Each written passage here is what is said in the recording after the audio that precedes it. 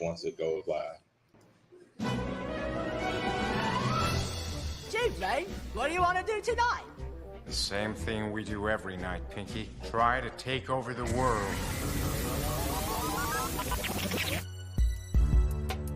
Try to take over the world. Try to take over the world.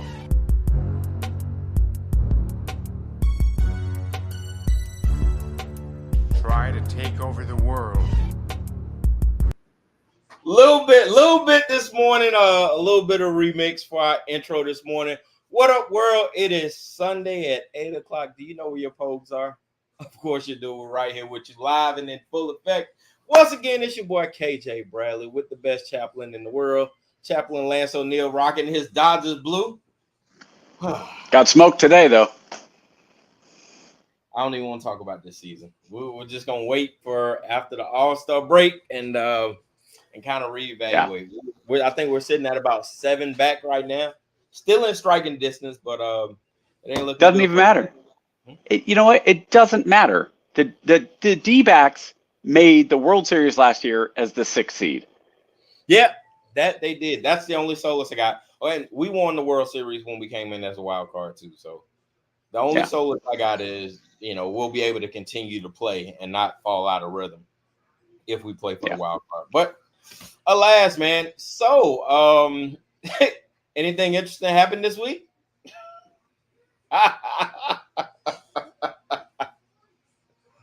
Let's get into it. I believe there was a presidential debate of some sort I may have heard about, and there was some televised elderly abuse. That's for sure. So I've heard. Let's just say the guy that supposedly had home field advantage and everything lined up for him, he shit the bed, man. A lot of people say he crapped the bed, man. So much so that there's talk about him being replaced on top of the ticket. They sent the VP out in scramble mode all week. What are your thoughts? Well, and Kamala Harris did what she has to do. She has to put on a brave face and say, hey, it was only one debate. You can rebound from it. Remember when President Obama had his first bad debate against Mitt Romney, and Mitt Romney dominated him in that first debate. Yeah, but Mitt Romney dominating Obama in that first debate in 2012 was not like this. And I'm not kidding, within the first 20 seconds of Joe Biden's opening answer, I thought, oh my gosh, he's done. He's in the tree. He's in trouble, right? Oh yeah. His drugs have not kicked in. He is sundowning right now. And it really, and then it was like, okay, so if he's that bad, is Trump, oh no, what's Trump going to do? And then Trump was like, here's the answers to that. He was pretty straightforward. And I read all these things, the fact checkers, and I think I tweeted you this. The New York Times did fact checking on both. Yeah. They fact checked Trump something like 29 times and Biden 5 times. Yeah. And you just sit there and you go, when you talk about home field advantage, that's the type of thing that you're talking about. But I will say this about CNN and about the questions, even though there were more questions that were leaning left that should have helped Joe Biden. Overall, to have a debate under the rules that were, from all reports, were set up by the Biden camp, there will be there's no audience. We want mute buttons so Trump can't talk over and all that stuff. All those things put into place. Well, if you're going into Fenway and you have a bunch of guys that could just pop the ball up to left, or that's what you do. Yep. And Biden came in and just couldn't do it, and Trump just easy banging him off the green monster all night long. And the quote unquote lies I thought was interesting. too, because for the most part, I don't trust fact checkers when it comes to lies, because it's their version of the truth. And I'll let you jump in here right after I say this. In 2011, Mitt Romney was given the Lie of the Year by one of them, New York Times or CNN, one of them, Lie of the Year, for saying during the debate, or 2012, for saying during the debates that Jeep was moving a large percentage of their manufacturing to China. Lie of the Year. What happened by the end of that year? China had moved a majority of their manufacturing. Jeep had moved a majority to China. So I don't really trust fact checkers. And I think that was elderly abuse. That's criminal, what they did to an 81-year-old, 82-year-old man on national TV. Yeah, I think just a couple of thoughts before we get into some videos and kind of see this thing out. So the fact checkers, I think they ended up running 30-10, I think it was 32-11 or something like that, in favor of Trump for so when they went back and they clarified it, they specified it. When they say fact checkers, it wasn't outright lies. A lot of it was misleading or incomplete, or you know what I'm saying, perception. And how do you? Yeah. Oh no, you misled on something that in a 90-second talk Answer. you couldn't clarify what you meant by the economy was the best during my administration. Yeah. So that okay. A lot of that, like I said, the numbers when you see 30-10, you be like, oh man, all dude did was lie, but then you kind of get in the weeds a little bit and you realize he did what politicians did. I'm gonna tell you the good stuff. I'm not gonna tell you the bad stuff. It's up to you to go find the bad stuff about it. I'm gonna tell you the good stuff about it, which I don't have on the surface, because it's like, if you care about the elections like you should, you would know, you have a pretty good understanding of what's real and what's not in those, and you expect a little bit of pomp and circumstance in these things, right? You want them to come in and toot their horn a little bit, well, and then to not fact check the most contentious part of the debate. And we have the video of this. I think of both. When Biden said, you called the American soldiers losers, and what was the other one? Oh gosh, now I'm having a senior moment. The general. The other one was the good people on both sides. The Charlottesville. Well, Snopes came out, extremely left-leaning fact-checking. Snopes came out like 2 weeks ago and said, yeah, that really wasn't what happened. That's not true. It was fact-checked 7 years after the fact. Yeah. But for Biden to then double down on that, and Trump's like, no, you made it up. And those are the type of things that, to me, make independent voters go, oh, yeah, how does he not know that? And he keeps attacking. And Biden, that has been Biden's, you remember, Biden said during the debate, I ran because of what was said in Charlottesville. Oh, so you ran on a lie? Yeah. Well, first of all, bull crap. And I think Trump even said that. I think Trump even said, you didn't run because of that, which was really funny. Yeah. So let's go ahead and get into a couple of things and watch and see where it plays off. Sure. I think I want to start with let's start with the VP, man, kind of coming out, and I got some thoughts on that as well too, but we'll run with the VP first, and then we'll go and talk about it. Let's do that. Some within your own party are wondering if President Biden should even step aside. What do you say to that? Listen, first of all, what we saw tonight is the president making a very clear contrast with Donald Trump on all of the issues that matter to the American people. Yes, there was a slow start, but it was a strong finish. And what became very clear through the course of the night is that Joe Biden is fighting on behalf of the American people, on substance, on policy, on performance. Joe Biden is extraordinarily strong.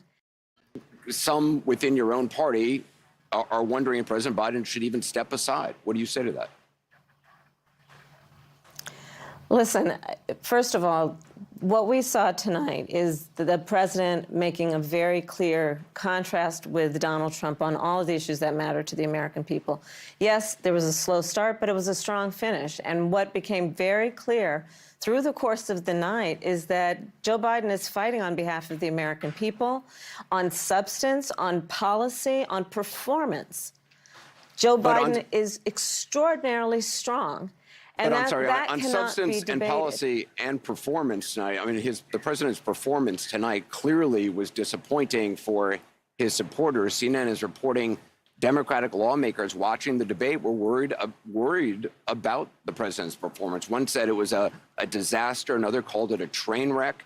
Those are Democrats especially worried that Biden did not punch back on Trump's lies. Listen, people can debate on style points, but ultimately this election and who is the president of the United States has to be about substance. And the contrast is clear. Look at what happened during the course of the debate. Donald Trump lied over and over and over again, as he is wont to do. He would not disavow what happened on January 6th. He would not give a clear answer on whether he would stand by the election results this November. He went back and forth about where he stands on one of the most critical issues of freedom in America, which is the right of a woman to make decisions about their own body. He has been completely ambiguous and all over the place about where he stands on that issue, despite the fact that he hand-selected 3 members of the United States Supreme Court with the intention that they would undo the protections of Roe v. Wade, and that's exactly what they did. And just 3 years ago, we commemorated the 2-year anniversary of Dobbs, wherein women across... All right, so not to belabor the point, the VP had to go on the offense in protection of the president. So you see a lot of that. You see her go. She had a very contentious debate with what normally is a safe space for the blue team on Anderson Cooper's show. But there's a couple of things that she said in there that kind of stuck out to me. So they have their talking points. No matter what was found to be true or not, they're going to keep hitting the Charlottesville thing. They're going to keep hitting the abortion thing. And rightfully so, right? I think we're past the age of people wanting facts and truth. People want their beliefs validated, right? So if I believe in my mind that Trump is a racist or Trump is crooked or whatever, as long as you keep saying it, no matter what the facts are, and it goes for both sides, no matter what the facts are, I'm going to believe it, right? Like if you tell me, Joe's taking performance enhancers and all this other stuff, no matter what the facts are, I'm going to believe it, right? It's all propaganda, man, and it's sickening to see, but it's effective. And as long as the ends outweigh the means, people are going to keep doing it, and we're going to continue to have this cycle. Well, look at what the vice president said. So she said there were a few things that he wasn't clear about: abortion, January 6th, and what was the other one that she said he lied about? Transfer of power. Oh, yeah. But if you watch the debate, he said, look, abortion's at the states. That's where it should be. Okay, that's what I think. That's what I've been arguing for years, and I'm very pro-life. But it's at the states. The January 6th thing, I thought his answer, honestly, I thought it was brilliant. What about January 6th? He went, well, on January 6th, here was the gas price. January 6th, here's how much you were paying for groceries. Were you better off on January 6th than you are today? And as far as the election goes, he said, yeah, as long as it's fair and free. Well, what's wrong with that? Of course, there are a lot of people who still have problems with how the 2020 election was done, especially with the vote-in, the write-in ballots. The mail-in ballots and the harvesting of ballots. I think it's pretty clear. We just saw 4 people in Connecticut get convicted of ballot harvesting just a few weeks ago. So if he says, well, if it's fair and if it's free, of course I'm going to accept it. Yeah. But in Arizona, right, you've had several people arrested. This latest damn and the sure, damn lady got arrested for taking home a fucking ballot box. What are you doing? You took home a whole machine like people aren't going to notice? It's insane. Oh, yeah. So not to get too deep into it, but there's a lot of stuff in Arizona that if you start looking in at some of this stuff, and I know, look, here's part of the problem. What we've seen in especially the last 4 years since COVID, it's conspiracies. It's conspiracies. Oh, you believe that? But at the same time, how many conspiracies ended up being right? I mean, the lab, right up front, the lab is the easiest one. COVID coming out of lab. Oh, that's a conspiracy. That never happened. No way that happened. Well, what do you mean it was funded by America? Oh, wait, well, then I guess possibly it might have. We're not sure. We'll never know. But certainly it's possible. Oh, no, we never said it was a conspiracy or that you were wrong or evil for saying that. We said that it was unlikely and that the effect of the vaccine would prevent you from getting COVID, but now we know that it's not going to prevent you from getting COVID, and it's more like a flu shot because it's not actually going to kill you unless you're extremely already in problems. But that's what we said the whole time. That's why we had masks for the entire country, including, all the way down to 2 months old should be wearing masks, because we all know how dangerous COVID was, killing a grand total of 0 infants through COVID. But hey, better safe than sorry. So I look at a lot of this stuff, and I've been saying for years, the media is the biggest driver of division in this country. And yeah, and a close second is the university professor system. And that's one of the things that is kind of funny, because Trump is not attacking really either of those. He's attacking the swamp. He's saying, I'm going to go in and I'm going to get rid of these people, blah, blah, blah. And you see, like, even in the debate, Joe Biden said, oh, see, no president has ever done that. And Trump rightfully said, dude, you got me indicted. What are you talking about? Oh, that wasn't me. Yes, it was. Your number 3 at DOJ came over and jumped on that team.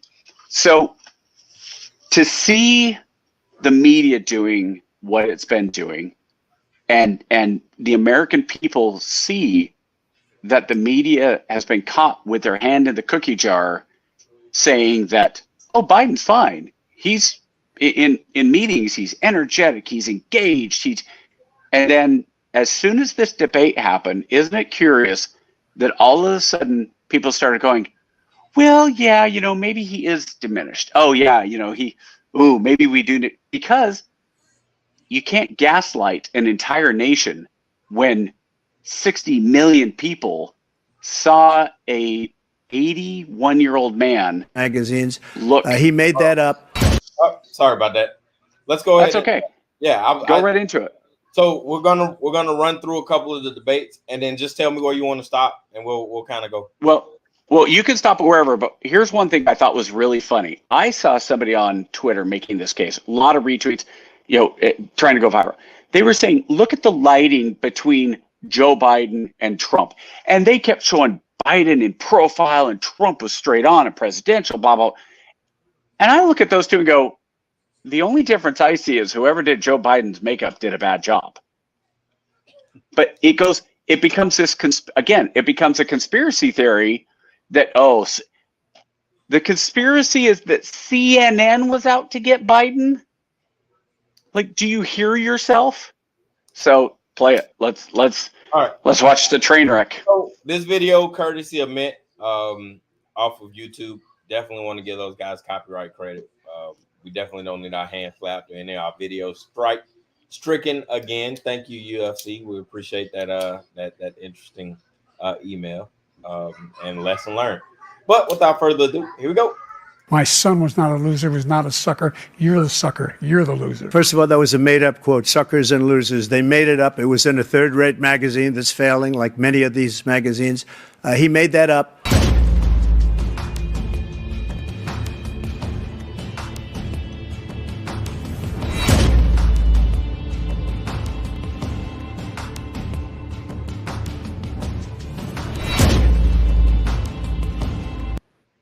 This job in the world well into your 80s?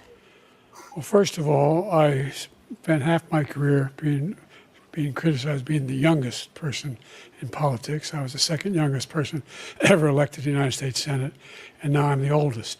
This guy's 3 years younger and a lot less competent. I think that just look at the record. Look at what I've done. Look how I've turned around the horrible situation he left me. As I said, 15 million new jobs, 800,000 manufacturing jobs, more investment in America, over billions of dollars in private investment in enterprises that we are growing. By the way, we brought an awful lot of people. The whole idea of computer chips, we used to have 40% of the market. We invented those chips, and we lost it because he was sending people to find the cheapest jobs overseas and then bring home a product. So I went to South Korea. I convinced Samsung to invest billions of dollars here in the United States. And guess what? Those fabs, they call to build these chips, those fabs pay over $100,000. You don't need a college degree for them. And there's billions, about $40 billion already being invested and being built right now in the United States, creating significant jobs for Americans from all over the world. Former President Trump, to follow up, you would be 82 at the end of your second term. What do you say to voters who have concerns about your capabilities to serve? Well, I took 2 tests, cognitive tests. I aced them, both of them, as you know. We made it public. He took none. I'd like to see him take one, just one, a real easy one. Like go through the first 5 questions. He couldn't do it. But I took 2 cognitive tests. I took physical exams every year. And, we knock on wood wherever we may have wood, that I'm in very good health. I just won 2 club championships, not even senior, 2 regular club championships. To do that, you have to be quite smart, and you have to be able to hit the ball a long way. And I do it. He doesn't do it. He can't hit a ball 50 yards. He challenged me to a golf match. He can't hit a ball 50 yards. I think I'm in very good shape. I feel that I'm as in good a shape as I was 25, 30 years ago. Actually, I'm probably a little bit lighter. That's probably true. I'm as good a shape as I was years ago. I feel very good. I feel the same.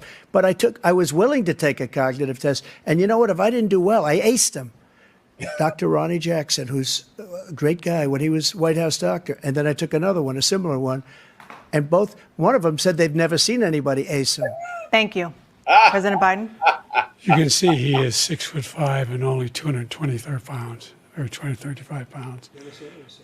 Well, you said 6'4", 200. Well, anyway, that's it. Anyway, just take a look at what he says he is, and take a look at what he is. Look, I'd be happy to have a driving contest with him. I got my handicap, which when I was vice president, down to a 6. But by the way, I told you before, I'm happy to play golf with you if you carry your own bag. Think you can do it? Carry your own bag. He's a 6 handicap of all. I was an 8 handicap. That probably is the biggest lie, that he's a 6 handicap. I've seen you swing. I know you swing. Okay, let's not act like children. President Trump, we're going to turn. Let's not act like children. Trump, we will get to immigration later in this block. President Biden, I want to give you an opportunity to respond to this question about the national debt. He had the largest national debt of any president in a 4-year period, number one. True. Number two, that $2 trillion tax cut benefited the very wealthy. What I'm going to do is fix the tax system. For example, really we true. have 1,000 trillionaires in America. Billionaires in America. And what's happening? They're in a situation where they, in fact, pay 8.2% in taxes. If they just paid 24%, 25%, either one of those numbers, they'd raise $500 billion, I should say, in a 10-year period. We'd be able to wipe out his debt. We'd be able to help make sure that all those things we need to do, child care, elder care, making sure that we continue to strengthen our healthcare system, making sure that we're able to... Give me a timeout here. How many... Okay, let's say he's right, and he's not, but let's say he's right. And let's say you confiscated all of the money that billionaires have. And let's say you took left them with $1 billion each, right? The United States would spend that money in a matter of a year or two. You can't say, well, that would raise $500 billion over 10 years, and we're going to use that for education and for healthcare and for making sure dolphins have good heart rhythms and for toilets that research on which way toilets flow in Australia, and you can't use the same money over and then we'll wipe out the debt that Trump left. Leaving out, now I will say Trump did have the highest deficit spending that we've ever seen, and a large portion of it had to do with COVID. It was directly related to COVID, a big part of it. But it's just so amazing to me that we're in an environment where we have instant facts. We have instant ability to check things. We, like, as a viewer, you could go on and see what the minimum tax rate for a billionaire is. And somebody like Warren Buffett, I always laugh when Warren Buffett says, my secretary pays more in taxes than I do. No, she pays a higher percentage than you do, because payroll tax is taxed at a certain rate, and right. Capital gains tax is taxed. And he makes everything from capital gains, which is about 15%. Okay, cool. But payroll taxes are 30, 40, 45%. And you know, his personal secretary, come on, let's think about this. How much do you think Warren Buffett is paying his private secretary? Can I get that job? I think I'd be okay with. You would hope that he's compensating her fairly. Him or her. You know that secretary is making a significant amount of money by being the CEO of Buffett. So to say that when he says, well, and then the second side, well, my secretary pays more, so the rich should pay more. There is nothing stopping Warren Buffett from writing a check to the IRS. IRS, $20 billion. Guess what? That check is getting cashed and it's getting spent, and they don't care otherwise. They'd be like, well, he didn't owe us that much, but cool. What are they going to do? Well, we better audit him because he's just giving us $20 billion. No, they'd be like, thank you very much, Mr. Buffett. We hope you continue your service. Thank you. So when they're talking like this, and I think Trump there, the thing I don't like about Trump is the hyperbola. We had the greatest, the greatest ever. I won 2 club championships. Like, dude, if he just went out and said, look, I played golf last week and, down in Mar-a-Lago, and I shot at 85 and, it was a decent round. I'm probably not as good as I really have done in the past, but, I had fun and walked around, and it's great taking my friends out and going golfing. And for you to say you have a 9 handicap, that's insane. You're crazy. If he had said that, what you need smarts. You need smarts to win a club championship. No, you need to be able to hit the ball, really.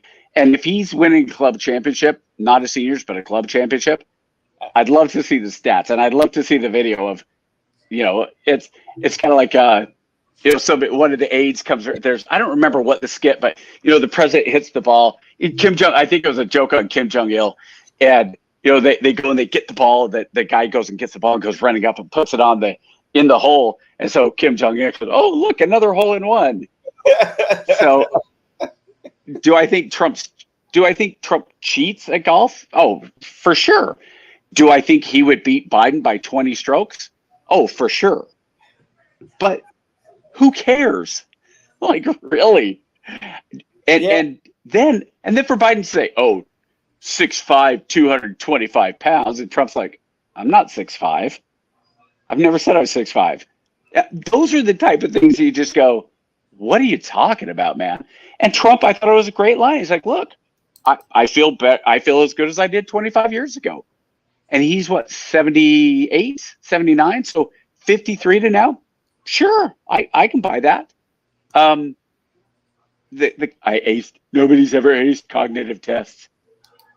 Those are the things that just rub me the wrong way. Dude, just say, hey, look, I took a cognitive test. I passed. I tried to. It's never been done before. The first to ever do it, I passed. I passed with flying colors. Trust me, believe me, it was the greatest test ever. I'm like, bro, it was the greatest test ever. They gave me the AP history, U.S. history test while I was at it. They asked me the MacGuffin, and I was able to pass the MacGuffin test. With like nobody's ever caught the MacGuffin before, but I caught the MacGuffin test. I turned the Laffer curve upside down. The Laffer curve is no longer a positive thing; it's now negative. I'm the only one to ever do that. I can't do Trump, by the way. That's probably about as good as Alec Baldwin is. How But do you like that video layout? You like it where we're interactive with the video, or do you want to keep playing it and then coming back to it? no, I like it. I like being able. I didn't realize how much we could talk over it, and I like that because I think that if Biden, whoever the next debate is, and so let's drop this. Whenever the next debate is, KJ and I are going to do a live cast. We are going to live cast for the next debate. It's going to be Yes. phenomenal because you're going to get our reactions in real time. And you know what might be fun is if they have some, and you'd have to look at this and pick and choose which ones you want, but like the Ted Cruz, whoever he's going against in Texas, that would be a fun one to drop in. Yeah, we can definitely come in and grab a couple and just I want to do Arizona, especially if they have all three candidates. What's her face? Siesma on there too. Bobert's district. The House. No, if they do the Senate in Arizona with Siesma and whatever her name is, and the three-way, the Republican and the Democrat and her, because she's kooky, but I like her. Let's go. She was kooky in the best possible way. Let's go into it. I got 7 possible Biden replacements. We're gonna watch it live, and then we'll be able to see our reactions. If I remembered how I did it, let's see. I think I remember how to do it. Keep in mind, this is all experimentation right off the top. Here we go. I think I got it. Let's go.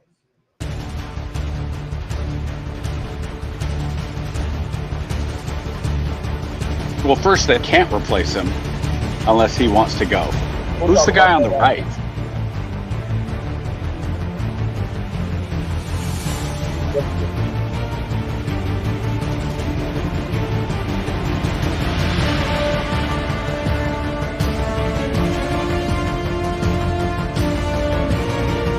Music's awesome.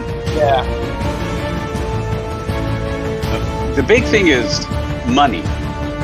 If the backers fail on it, that's going to be the problem. Well, we can go back and we can actually talk about if you're replaced I don't know how much people can hear us over this, but pause it or go to the part where they have the list. If you have it, do you have the list of? That's why. Yeah. Cool. All right. Okay. So let's. Hopefully the music. Okay. I'll try to. Yeah, I got a volume button here where I can turn it down. There you go. So let's just go through like this, and you click through it. So go to the Kamala Harris. Here, okay. Hold on. I can mute that, and then there we go. Because I can mute it, and they can still go. Okay. Well, let's pause each one. Okay. So boom. All right. Go back to. So Kamala. You missed the news. There we go. God dang. Okay, Kamala Harris. Kamala Harris, unless there's one specific person, and maybe they're in the list. There is only one person that they can replace Kamala Harris with, because you're telling me the Democratic Party and the way the Democratic Party runs, they're going to strip the vice president, who is the first black female to be the vice president. They're going to pull the rug out from under her, no matter how bad her numbers are. And I saw a poll that she's worse than Biden against Trump. And so is the next one, Gavin Newsom. So Kamala Harris, I think, is locked in there, except for one person. She is the heir apparent. The only problem I have with the pick is she was so underutilized as a VP that you can't come out of your mouth now and say, hey, this is an able-bodied and fully capable replacement for the president. Well, if she was able-bodied and fully, why'd you lock her in the basement for 3.5 years? Nobody. Well, but that's the question: was she underutilized or was she incompetent? This is a woman. We don't know. But this is a woman who polled 0 in her home state of California in the 2020 Democratic election cycle. In her home state, she to me is the definition of DEI hiring.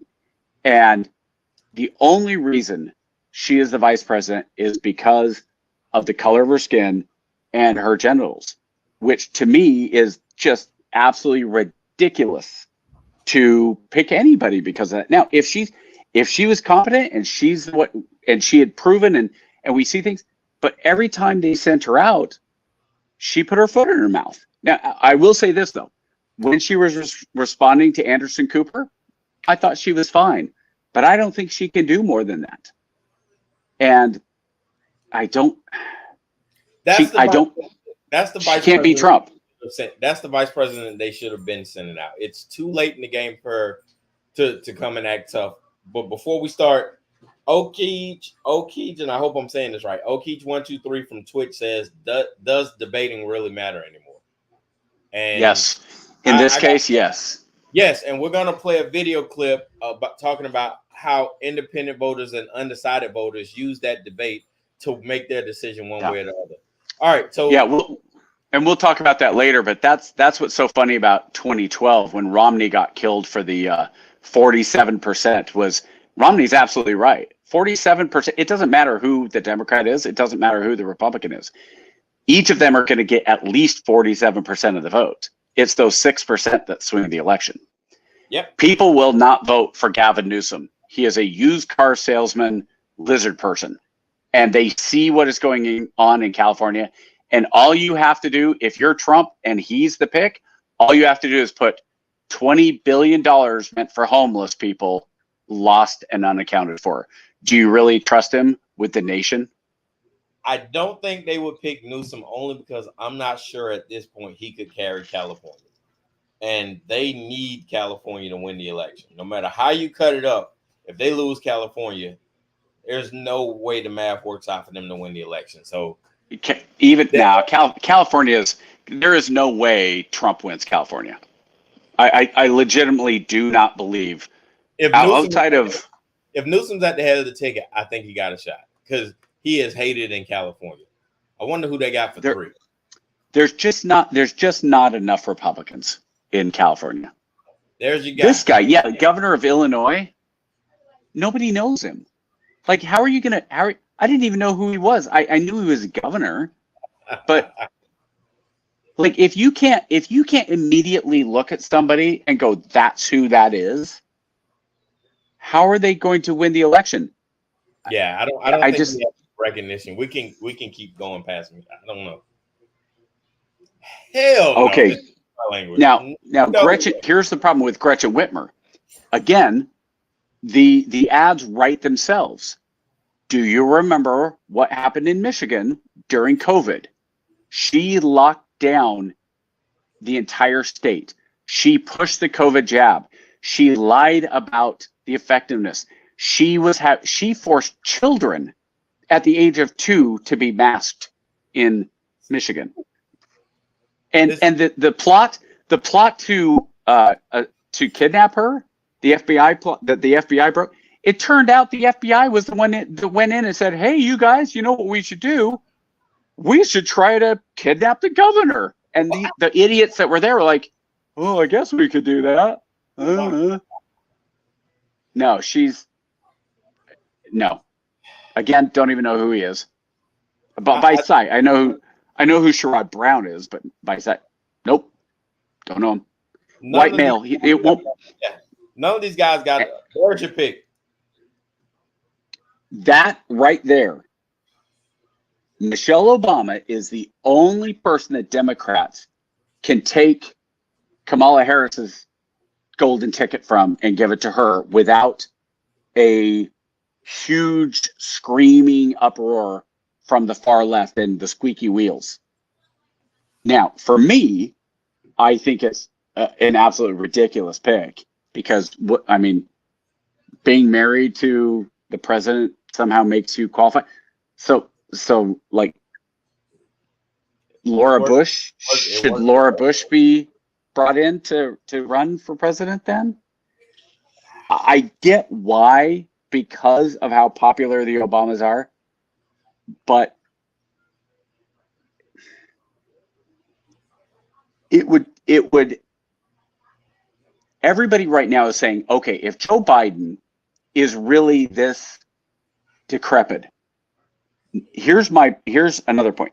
If he is so decrepit that he can't run this campaign in 5 months, why is he not being hit with the 25th Amendment for inability to be the president?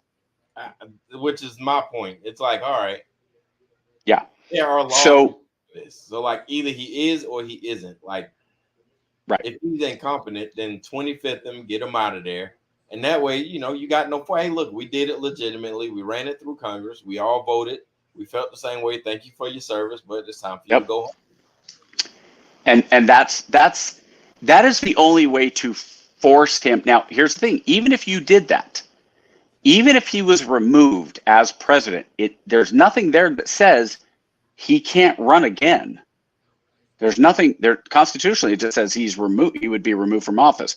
Not that he's barred from running again. But Kamala Harris would then automatically become the president. Who is she going to name? Is she really going to name Michelle Obama and give Michelle Obama legitimacy for 5 months? Kamala Harris. Oh, dude, Kamala Harris. There is no way Kamala Harris is in the big seat and says, I'm going to make it possible for somebody else to dethrone me. This is looking at her career and looking at anybody who is a national politician, they would not give up power by choice. You're seeing it in Biden.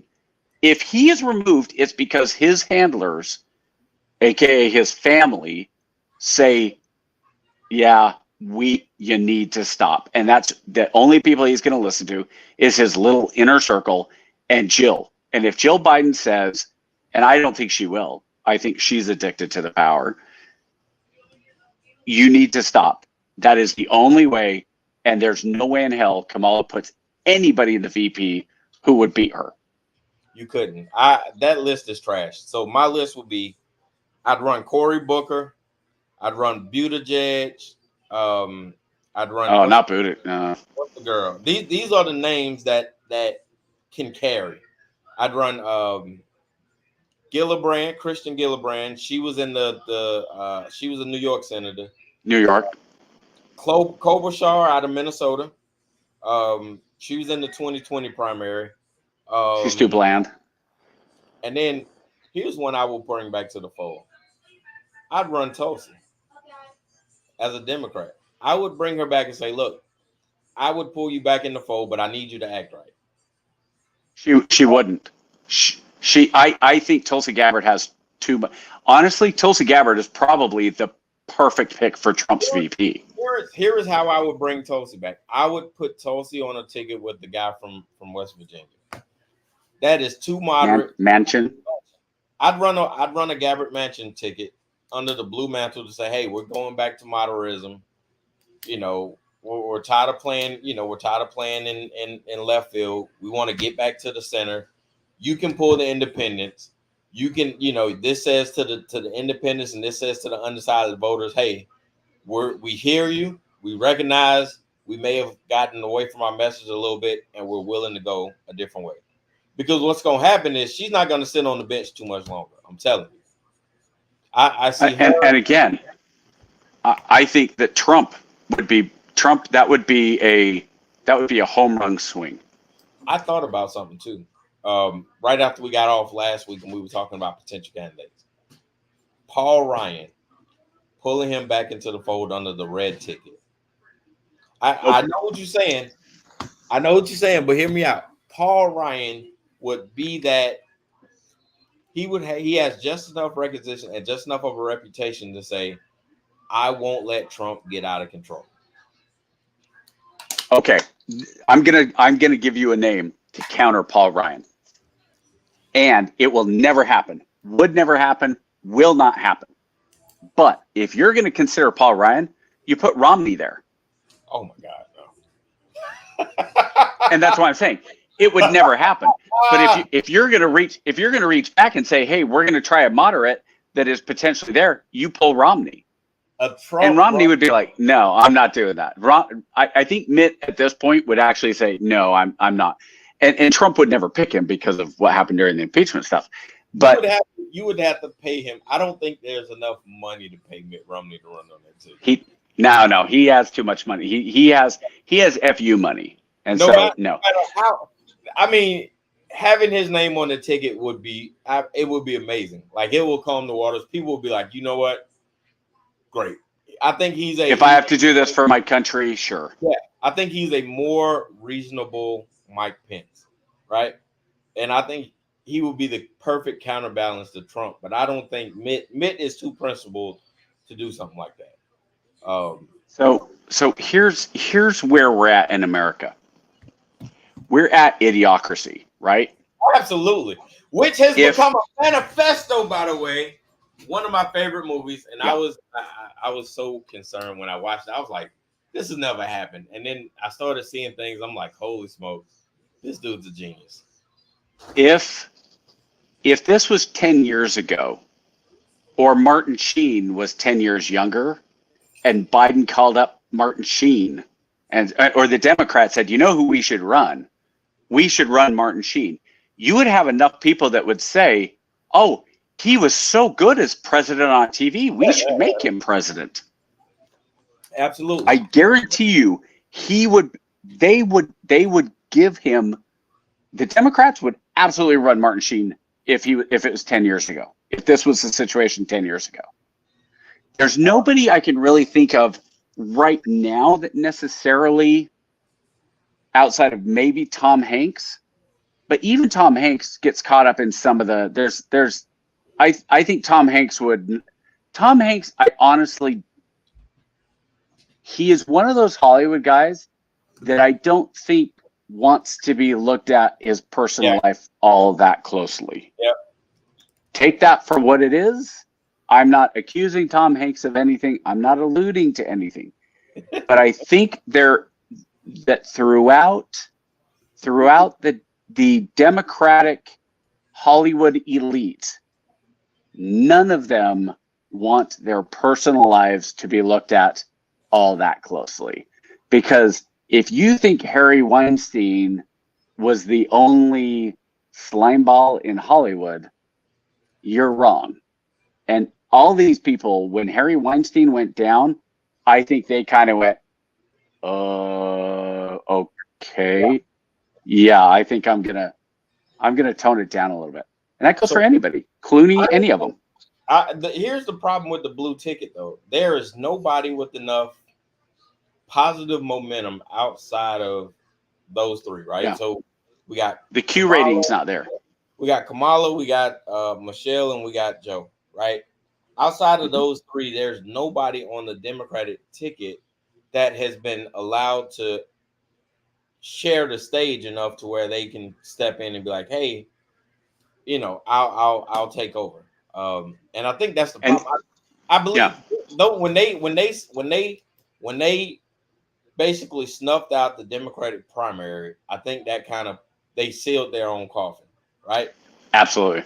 And it just And what you just said, of those three, they all have a fatal flaw.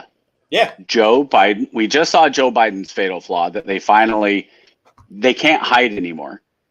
Kamala Harris's fatal flaw is nobody likes her. Yeah. She is an unlikable person. And let's throw Hillary, same thing. Yeah. There's a reason Hillary Clinton, I mean, I saw somebody that said, I think it was Carville that said they should bring Hillary back. It might not have been him. Oh no, it was Michael Malice. He said it should be Hillary. It's like, Hillary lost to Trump the first time. Why do you think she's going to beat him this time? And then Michelle Obama, her problem is she has no experience. Can you do that? Can you bring a Hillary and say, hey, we messed up in 2020, what was it, 2020, 2016? We messed up. Can you bring a Hillary back at this point? Has enough time passed to where you can bring a Hillary? No. I think Hillary is, especially with everything that happened with Bill and the exposure that Bill had, pun intended. Actually, it wasn't, but it is now. The exposure of Bill. I think that would be the focus. Is too much on Bill's sexual dalliances. But let's go into how this would work. Okay, because maybe not everybody knows how this would work, because it's not just, hey, we're going to pick somebody and that's who's going to run. So let's say Joe Biden, because Joe Biden right now is the nominee. Hold on. He is the. Let's do this side by side with the video. That way we can explain it. I'll pull it up when we. Okay. Oh, do you have it? Okay. Yeah. So Joe Biden spokesperson insists that there are no conversations about Biden stepping down as the Democratic Party's presidential nominee. Of course not. Biden's debate performance sparked concerns among Democrats, and Donald Trump even took a shot at one of the president's stumbles. But that was the day after the debate. On the total initiative relative to what we're going to do with more border patrol. The funniest line of the debate. Asylum officers. Right President here. Trump. I really don't know what he said at the end of that sentence. I don't think he knows what he said either. Greatest line of the debate. Well, South Carolina Democratic Congressman Jim Clyburn. I don't know what he said either. The president after Thursday's debate. He says one poor debate When Trump did not said that, I was erase the like, yeah, I don't know what he administration's said record either. over the past 3.5 years. How do you want to make your judgments? What are the I make my judgments on the substance of this administration. Jim Clyburn is the guy. No, you don't. Well, CBS News Chief Washington correspondent Major Garrett joins us now. So Clyburn, publicly says that he is making his judgment based off of the president's record. But all of this talk about replacing President Biden at the top of the ticket seems to be gaining a lot of traction. I'm wondering if members of the party actually wanted to do it. How would that work, and how quickly would it have to happen, Major? So traction is an interesting word. Yes, there are conversations on the outer perimeter of the White House and the Biden campaign, but not within it. And significantly today, not only did Jim Clyburn say this shouldn't be a topic of conversation, also former President Obama did as well. And the Biden re-election campaign in the White House made considerable efforts today behind the scenes to make sure both those statements happened and happened as rapidly as possible. They had to run out the emergency tell Democrats thinking along these lines, back off. The president is not stepping down, and if the president doesn't, this is a closed issue. Under Democratic National Committee rules, if you are the leader in delegates, and President Obama has 99% of the so far allocated delegates. President Biden, sorry, has those delegates. You can't dislodge him unless he decides not to seek the nomination. And right now, and every indication is going forward, he's not going to take himself out.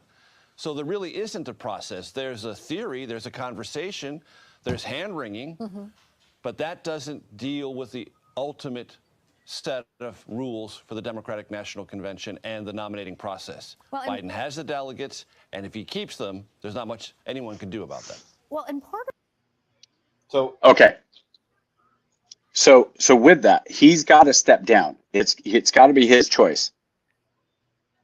The Telegraph, Jill Biden takes flack for urging Joe to carry on. Jill Biden is under fire from Democratic donors for refusing to advise the president to pull out of the 2024 race. The First Lady, who's been married to Joe Biden since 1977, was on Sunday due to attend several fundraising events alongside her husband in New York. But some donors said they were skipping an event in the Hamptons after Mr. Biden's disastrous performance in the first presidential debate on Thursday. So that tells you debates are important.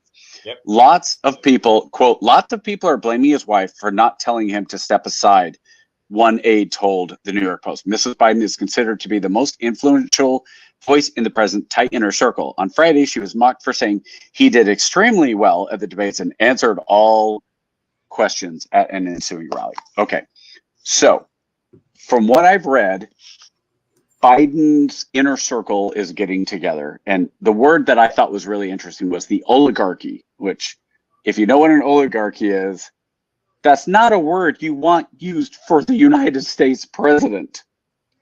Okay, so his wife and best aides, and they're supposed to get together.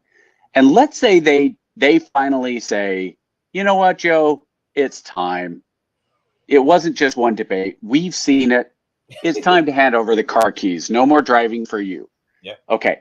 And he says, okay, fine. I'm not going to run. And he gets in front of the American people and says, I think I'm okay. But, you know, talking to my wife, talking to my inner circle, talking to my doctors, they're worried about the stress, whatever, some reason, right? Everybody will know exactly what it is, but he can say whatever he wants. Right. Okay.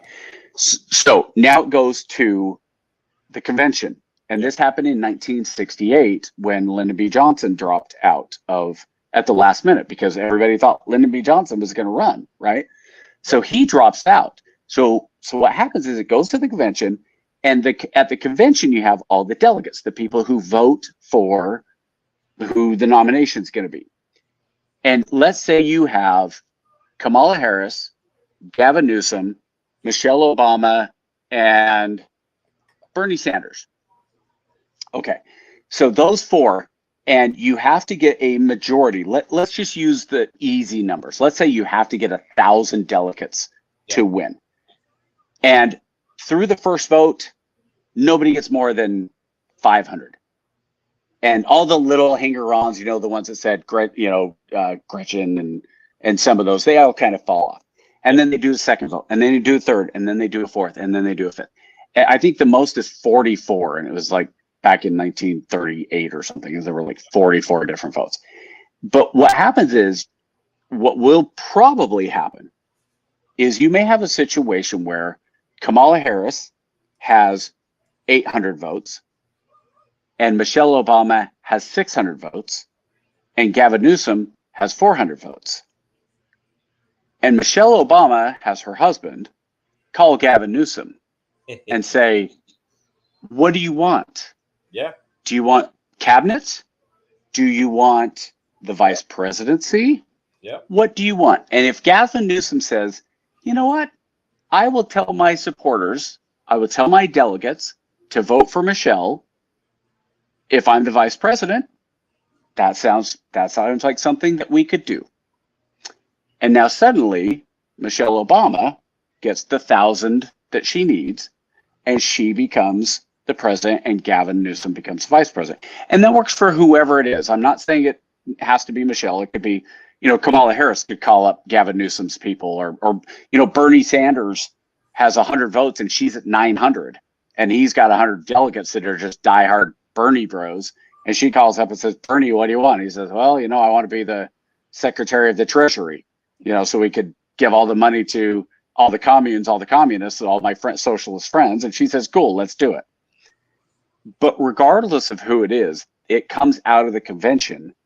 And the Democrats, I think, no matter how much they then get behind a candidate, I don't see a situation right now where independent voters flock to a new candidate, and they are flocking away from Joe Biden. Does that mean they're flocking to Trump?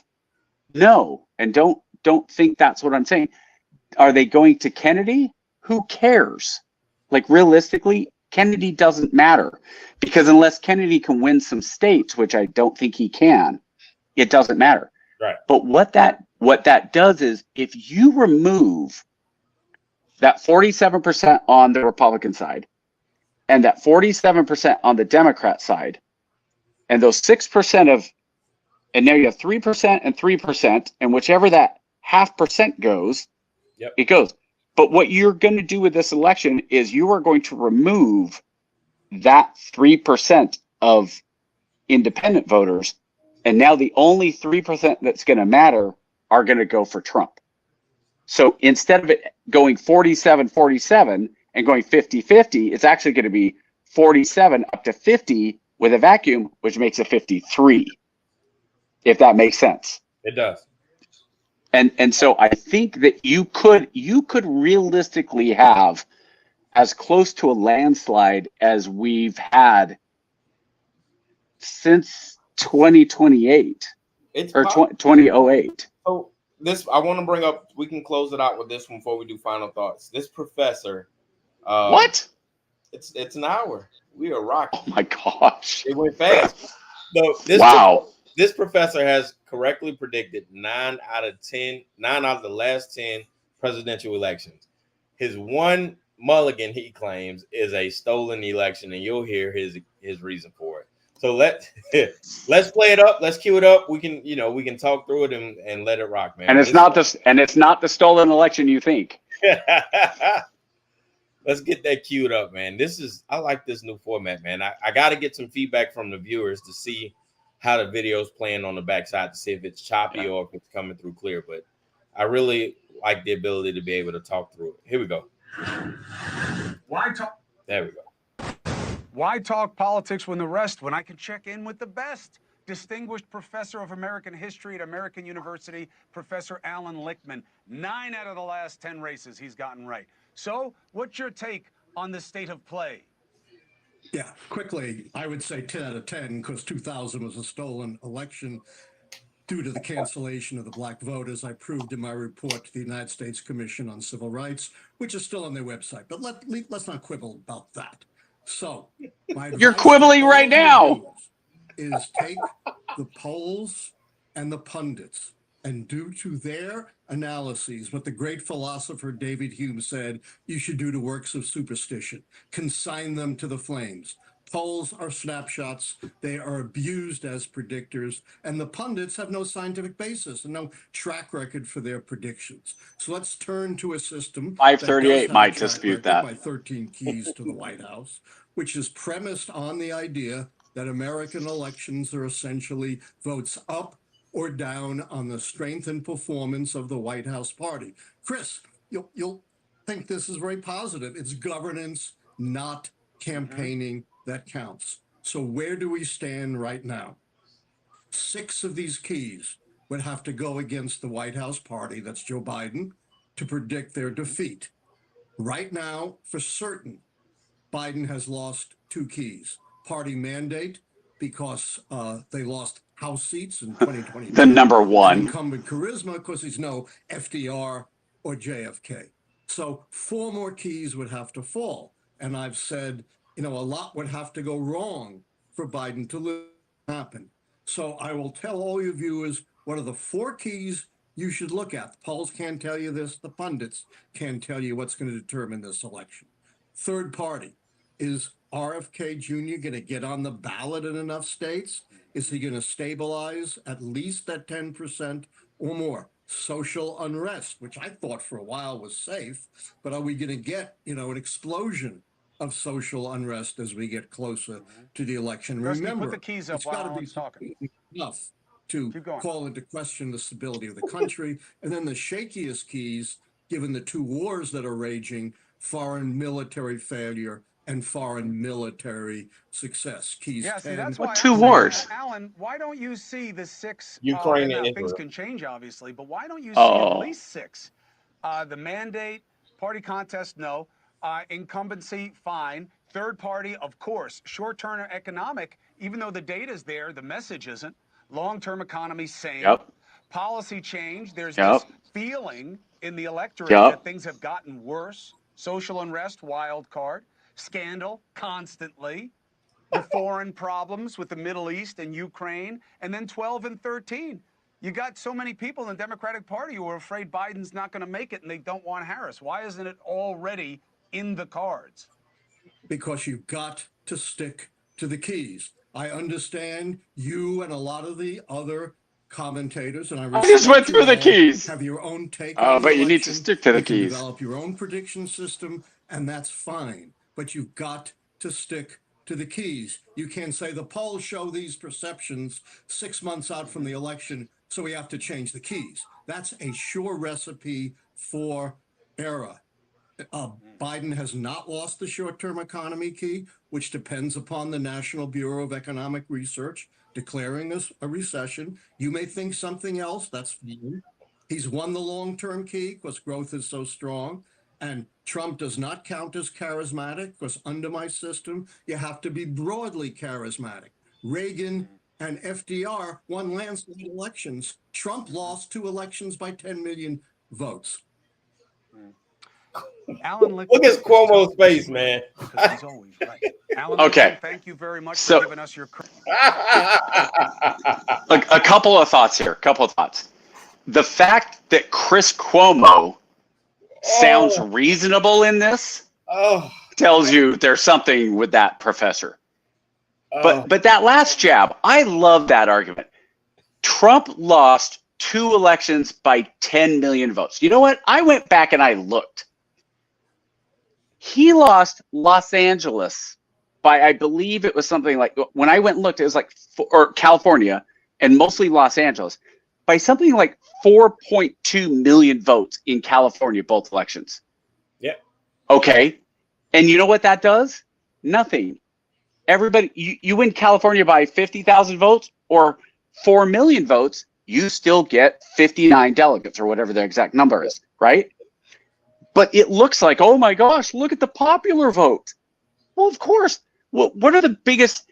We've all seen that map that said, here's New York City. Here's how much red real estate in population. And it goes from Wisconsin to Idaho and from the border down to like Colorado. This is how much Republicans take this one little thing in New York. Yeah. And that's just how it is. So I don't know. I think it's funny when he says, oh, it's going to go Biden, and look at these keys. And then especially when Cuomo goes, well, wait a minute, what about these keys? Oh, no, you're wrong about those keys. Yeah, not those keys. Yeah. The keys. Am I? Keys. I mean, I get the charisma thing, but like you can say the short-term economy is good, but when the vast majority of people don't believe it's good and don't believe it's good for to me, it's a very valid reason. When you go in to Walmart and you buy $100 worth of groceries, you look at it and you go, I used to get way more for $100 than this. It's simple. It is not difficult to see when your eggs used to be $1.99 for a dozen, and now they're $2.99. When you go to McDonald's and a 20-piece McNugget for your kids, instead of being $4.99, I think we paid $8.99 last time. Stuff like that, you go, oh my gosh. It's whether the economy is good or not. And it's funny because you see the White House saying, well, look at the stock market. Well, when the stock market was going great for Trump, the Democrats were saying, oh, the stock market's not a good measure. But now that it's good for Biden, oh, that's what we need to look at. So I think what we're going to see, I'm really curious this week. I think when we get on the air next week, if Joe Biden has not come out and said, I am not going to seek re-election, then he's in it. He's balls to the wall. And this is if this debate didn't convince him and the true handlers, the true powers in the White House, then nothing's going to. And then it'll be a switch to, hey, it was one bad debate. You know what? I was off my game. I felt I had a cold, and you're going to have the spin. And it really was just one thing. Hey, look over there. And the Democrats will do what everybody does. Republicans do it too, is don't trust what you saw. Yep. It really wasn't that. Trust. We know more. Don't worry about what you saw. Trust what we're saying. Yep. And then the media is going to get on board with that. Two things that stood out to me that lets me know that Joe is going to double down and kind of hunker down and weather the storm. The immediate response from Barack Obama. The fact that he came out and said, hey, listen, bad debates happen. I had a bad debate. We all know that. The bottom line is Joe is still our guy. Remember who that guy was. Not for what you just saw. Remember who that guy was and vote for him.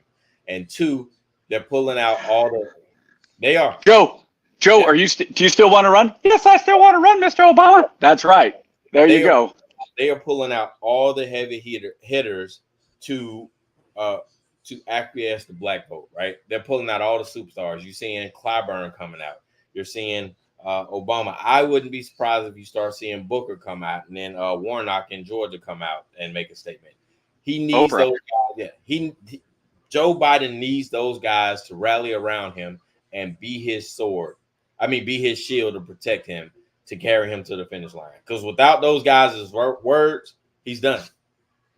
So, KJ, let me ask you something. I don't think I saw this, but I hadn't thought about this because you're talking about Joe Biden needs the black vote to be able to win this election, right? Not just the black vote. He needs black men to come out and say Joe is of course right. Because without that, he's done. Yeah. So they have to go out and vote. So let me ask you this. what percentage of the 60 million that watched the debate are black male voters? Is it small? Are they more likely to go, were they more likely to watch the debate and go, holy crap, that dude, I'm not voting for him? Or were they like, well, I didn't watch that anyway. So, I mean, they can say what they want, but I didn't watch it anyway. Great question. A lot of this debate is going to be I call it important for a couple of different reasons. But this is the debate where you're starting to see the generation of black men coming into their own political power. They're saying, hey, yeah, we don't need the Democratic Party anymore. If you want us to stay, you have to give us something tangible. And coming to a church for a photo op is not going to do it. And they're rejecting it on both sides, not just for the blue team, but also for the red team. So what you're seeing is you're seeing that old tried and true method of, hey, I'm going to go to a couple of cookouts. I'm going to go to a couple of Juneteenth parties. You're going to see me, you're going to see me in all the, that's why he keeps going to Atlanta. You're going to see me in all the black hangout spots to show that I'm sociable.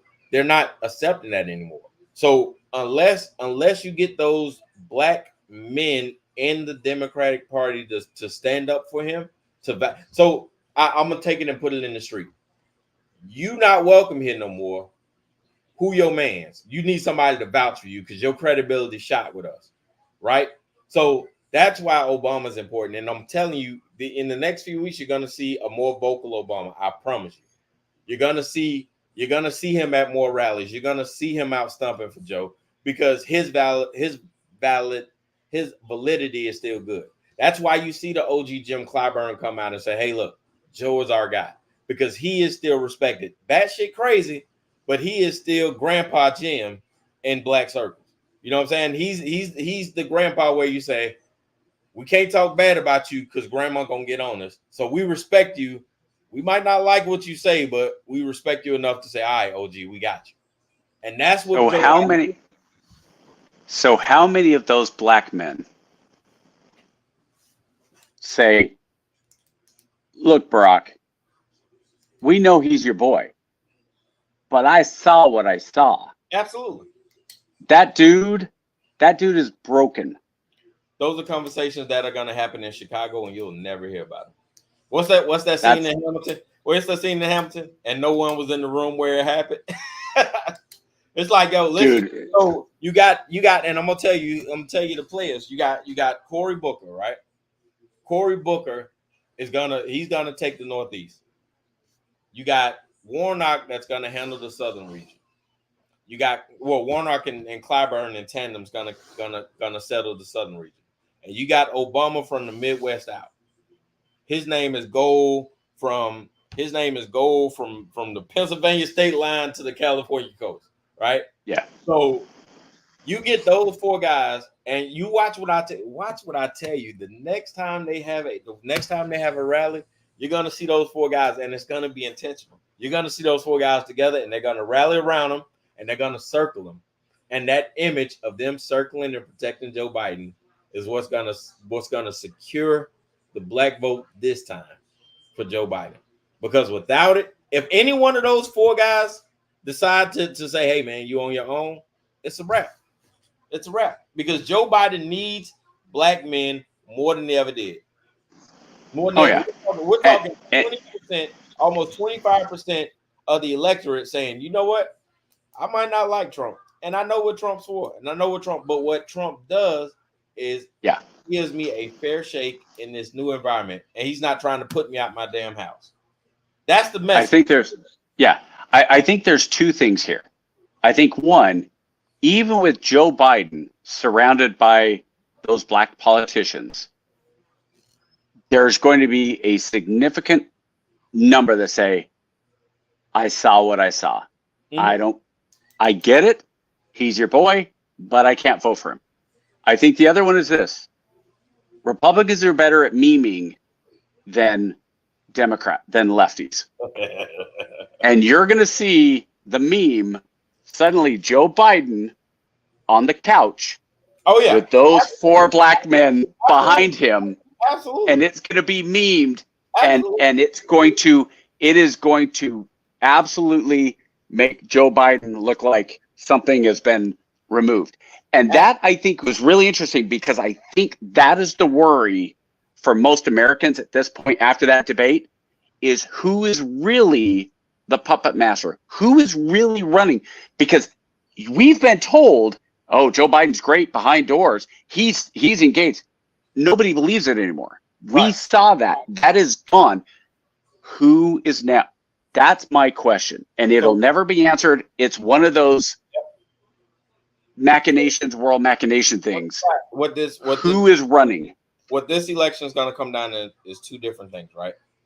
And it depends on where you fall. Project 2025 and the Obama doctrine. Those are the two doctrines that you're facing.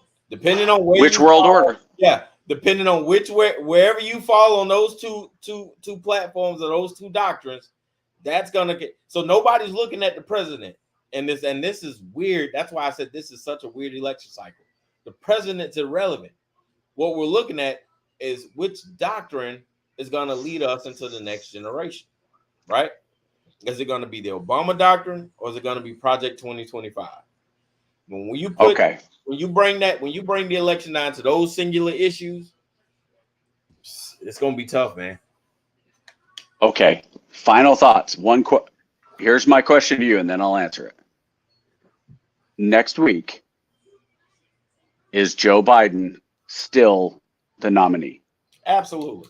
And I'm gonna give you the hashtag Fight Joe Fight. I think he is too. I think this is a lot of smoke. And as soon as they come out, and as soon as he comes out, and the powers that be after this weekend come out and say, we are absolutely staying in this, the media will fall in line. That's it. They got no choice. But that's it for us, guys. We are out of time. Until next time. Oh, we're gonna be a little later next 2 weeks. We're gonna be coming in at 9:30 East. Don't worry though, we're gonna run a robust ad campaign, try to get our name out there, let you guys see us a little bit more throughout the week, so you don't forget about us. Thanks for staying in. Thanks for tuning in. We'll see you guys next week. We're outie.